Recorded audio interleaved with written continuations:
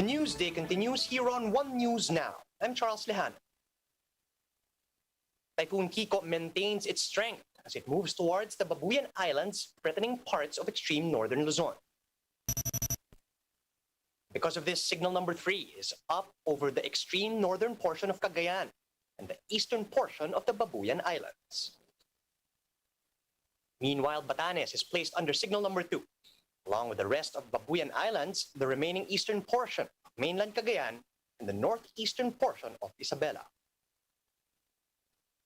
Areas under signal number 1 include Apayao, the rest of mainland Cagayan, the eastern portion of Ilocos Norte, and the northern portion of Kalinga.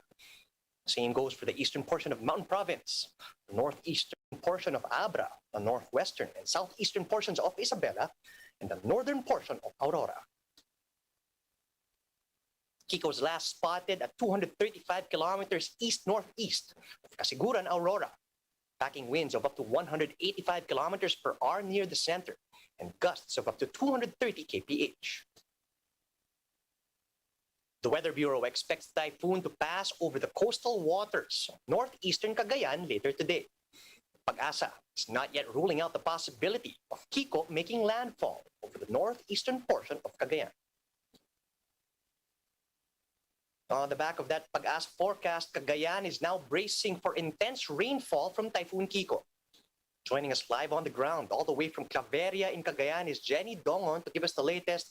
Good morning, Jenny. Could you give us the situation over there? Yes, Charles, right now we're here in Ballesteros, Cagayan, and currently we're experiencing dark clouds to light rains. But as early as now, residents are preparing for the expected onslaught of Typhoon Kiko. This was the scenario early morning scene that we witnessed in Claveria, Cagayan. Fisher folks gathering at the shore for the arrival of fish catch. As soon as the bangkas arrived, everyone helped out and immediately hauled today's harvest. Because of Typhoon Kiko, fishermen are only allowed to fish until noon today. Local Social and Welfare Development has prepared more than 3,000 packs of assorted canned goods and almost 3,600 packs of rice for residents. As part of preemptive safety measures against Typhoon Kiko, Cagayan Governor Manuel Mamba has also ordered suspension of work and classes in all levels effective today. Suspension will remain in effect until lifted by the governor's office. Charles, as Pag-asa reported, many areas here in Cagayan is now under signal number 3 and 2. And Governor Mamba appeals to residents to take advantage of the school and work suspension to secure their homes, harvest their crops. As you can see at my back, farmers are starting to harvest their crops and also for a possible evacuation. Pag-asa, or province of Cagayan, is now praying for a zero casualty from the onslaught of Typhoon Kiko. Charles. Thank you for those updates and stay safe, Jenny. That was Jenny Dongon reporting live from Cagayan. We'll be back with more stories after a quick break. Keep it here on One News.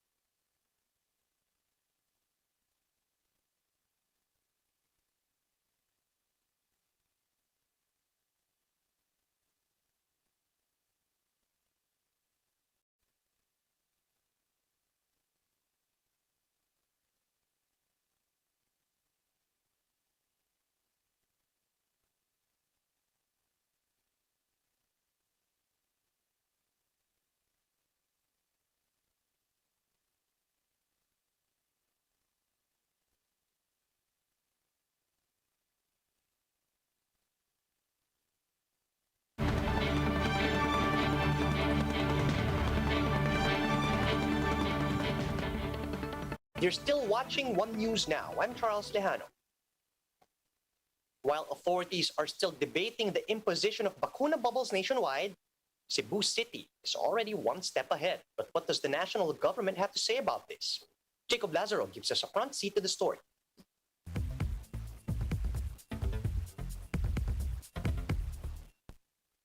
Since September 2, Cebu City has been enforcing its own version of the controversial bakuna bubble. Executive Order 927 and 9830 limit dine-in and personal care services only to those who have at least one COVID vaccine dose. This whole vaccination as a condition of entry in dining in plus in personal services, which includes spa and others, and giving premium to those who are vaccinated. Under the Cebu EO, general areas like malls and churches are not bakuna bubbles. The bakuna bubble can only be established in individual kiosks, restaurants, and eateries. Personal care services like beauty salons and barber shops. Indoor tourist attractions determined by the DOT. But the Interior Department says this is still illegal. Then we will have to communicate with the Mayor of Cebu City, si Mayor Rama, to tell him to recant and amend that specific executive order there. Otherwise, that could be an evidence for us to send them a show cause order. Other LGUs like Lapu-Lapu City also attempted to impose a vaccine bubble, but all of them have been stopped by the DILG. Unless everybody is given the opportunity with an abundant supply of vaccines to be vaccinated, then we cannot impose a policy where there is a bakuna bubble. But Rama defended the move, saying it had the approval of the regional DOH and the regional IATF, and that those who are not yet vaccinated are those who simply refuse to get the jabs. Not in the case in Cebu City. It's already coming into Cebu City in 1,000. In fact, open na yun lahat ng mga site namin. 68% of Cebu City's eligible population have received the COVID vaccine. They are eyeing herd immunity by October. I'm Jacob Lazaro and we are One News. 502,000 more doses of AstraZeneca vaccines have just arrived in the country. The shipment came in via flight C1701, the NAIA Terminal 1, and these are part of the private sector's Dose of Hope project. Meanwhile, another 1.5 million doses of Sinovac vaccines procured by the government are also expected to arrive in the Philippines at around 6 p.m. today.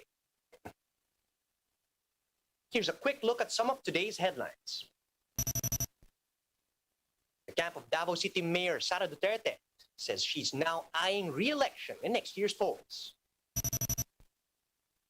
Metro Manila mayors appeal to the IATF to ease restrictions for fully vaccinated individuals.